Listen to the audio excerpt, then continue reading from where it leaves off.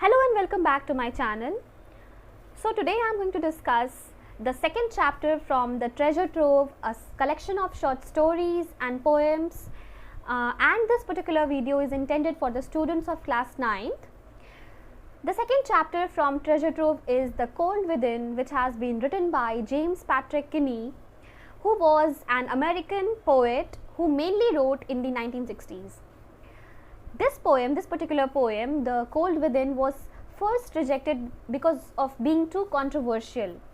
But later on, it was widely accepted and it gained popularity after it was read out in the meetings of all religions. So, let us move on to the stanza-wise explanation of the poem.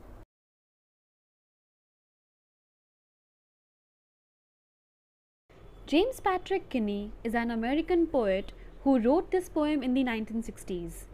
Although it was first rejected as being too controversial, it gained popularity rapidly after it had been read out at a council meeting of all religions. The poem describes the tragic death of a group of 6 people who stand around a fire, each holding on grimly to a log of wood. Now here, grimly means serious or depressing. Allowing their selfishness, prejudice, malice, and suspicions to dictate their actions, they refuse to share the log of fuel, the dying fire, and keep each other warm. Prejudice means a strong, unreasonable feeling of not liking or trusting anyone because of their race, religion, or sex. So all these people, they didn't want to help each other, rather they wanted to hurt each other. They had malice in their heart. They wanted to hurt each other. Malice means a wish to hurt someone. And eventually the fire dies out, and in the morning all 6 of them are found frozen to death, each clutching, even in death, a log that could have so easily saved their lives if only they had overcome the petty barriers of class, race, and religion that divided them. So all of us, we are divided by race, class, and religion. And we forget that we are actually human beings. First of all, we are human beings and then anything else. But the first and foremost thing that we remember being humans is the race, the religion, and the caste creed that we belong to, which is wrong. With the current atmosphere of intolerance, prejudice, and hatred, this poem is even more relevant today.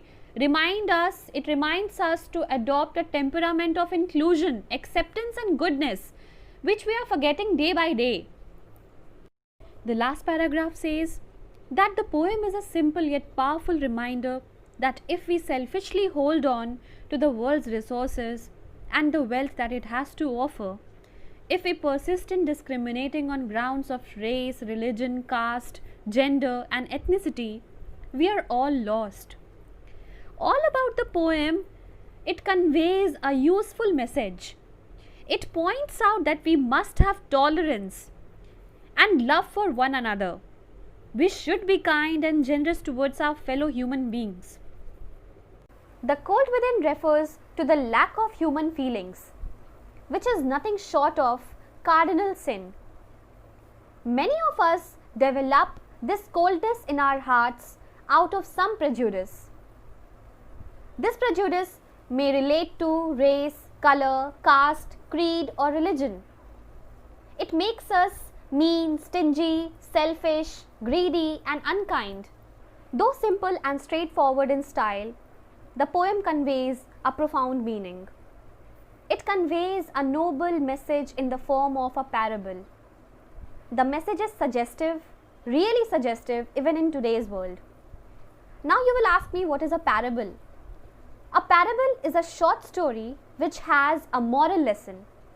Especially, a parable is referred to those stories which have been told by Jesus Christ in the Holy Book, Bible.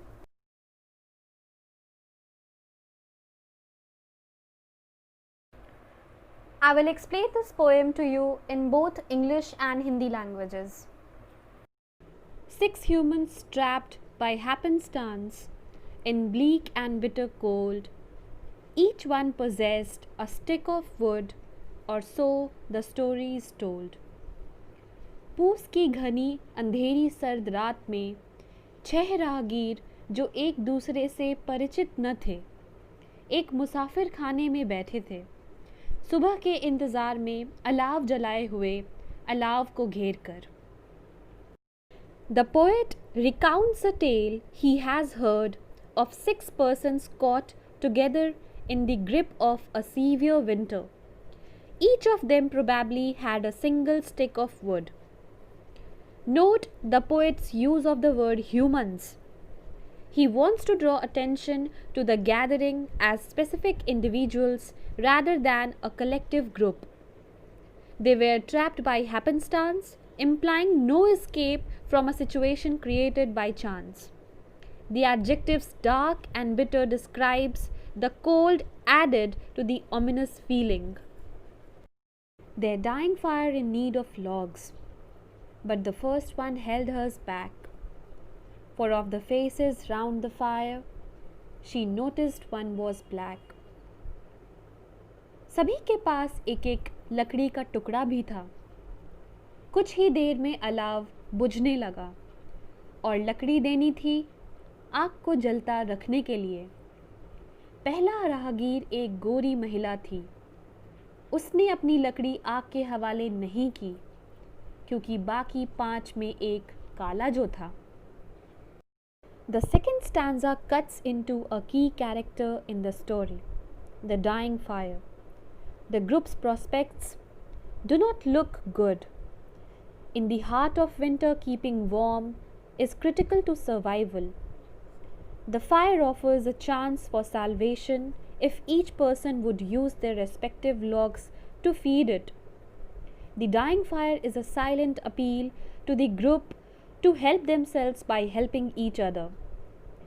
The next verses reveal how the situation unfolds. We find the first person withheld his log from the fire only because it would benefit a black person. This is racism, where there is discrimination because of a person's race. The person will not even harm himself if someone he looks down upon simply because of skin color will gain. The next man looking across the way saw one not of his church and could not bring himself to give the fire his stick of birch. Birch here means a type of tree. Birch is a name of a tree. दूसरे आदमी ने भी अपनी लकड़ी अपनी पीठ पीछे छुपाकर रख ली, बाकियों में से एक उसके चर्च का जो नहीं था। We move on. The second person looked across the fire and saw someone who he knew didn't share his religious ideology. And just because of that, he can't bear to give up his log to the communal fire? This is bigotry, which speaks of intolerance to a person because they do not share the same opinions or ideas. The third one sat in tattered clothes. Tattered means torn, phate hue. He gave his coat a hitch. Why should his log be put to use to warm the idle rich? तीसरे के फटे पुराने कपड़ों से उसकी मुफलिसी टपकती थी। उसने अपना कंधा उचकाते हुए एक अमीर की जान बचाने के लिए अपनी लकड़ी देने से मना कर दिया। Focus now shifts. Here is a person who seems poor. His tattered, old and torn clothes in the cold weather hint at poverty. He perhaps felt the cold more than the others, as we notice that he gave his coat a hitch, adjusting it closer to his body to dry out some warmth from the inadequate clothing. But here is too a dead end. We see that he is a victim of classism or discrimination based on social or economic class, considering those favorably placed than him to be idle.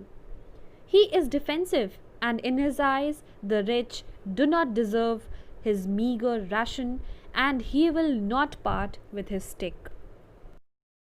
At cross purposes, we find the next exhibit of apathy. The rich man. Caught up hoarding his riches in his head, he is oblivious to reality. Greed blinds him as he selfishly connives to keep his wealth. He even miserly holds on to his stick, keeping it from the poor, whom he perceives as aimless and lazy. The rich man just sat back and thought of the wealth he had in store and how to keep what he had earned from the lazy, shiftless poor. चौथा अमीर आदमी चुपचाप बैठा रहा, अपनी अकूत संपत्ति का हिसाब लगाता रहा, अपने खून पसीने से अर्जित किसी वस्तु को किसी निठल्ले आलसी गरीब के लिए छोड़ना उसे मंजूर न था. The black man's face bespoke revenge. As the fire passed from his sight, for all he saw in his stick of wood was a chance to spite the white. पांचवा आदमी काला था, रंग भेद की आग में जिंदगी भर जला था. अपनी लकड़ी एक गोरे को बचाने के लिए देना उसे पसंद न था. Even the victim becomes an abuser here. We know the black person had experienced racism. Revenge for the atrocities he had faced from the white people was the only thing on his mind. One wonders if he had already resigned himself to dying. He saw the fire pass from his sight.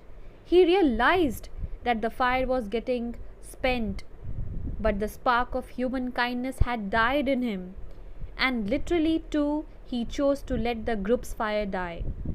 He would perish, but he would take the others he hated down with him as well. The last man of this forlorn group did not, except for gain. NOUGHT not means nothing. Giving only to those who gave was how he played the game. छठा और अंतिम आदमी स्वाभाविक स्वार्थी था. बिना कुछ लिए कभी किसी को कुछ नहीं दिया था. उसने यह खेल का यह नियम. For the first time in the poem, The Cold Within, the poet foreshadows the fate of the group by finally describing the bunch as forlorn or hopeless.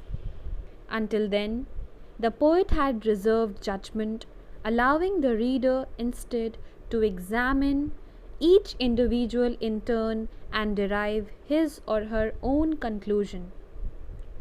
Unfortunately, we find that the last person also perpetuates the vicious circle of inertia. There is a word for this person's attitude, and it is not in the English language. Mahmil pinapte is a word in the indigenous South American language of the Yagan people.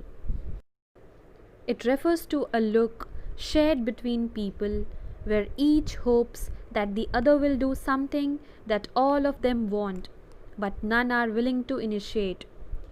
In giving just to get, the last person played a losing move in the game, a metaphor for the game of life. Their logs held tight in death's still hands was proof of human sin.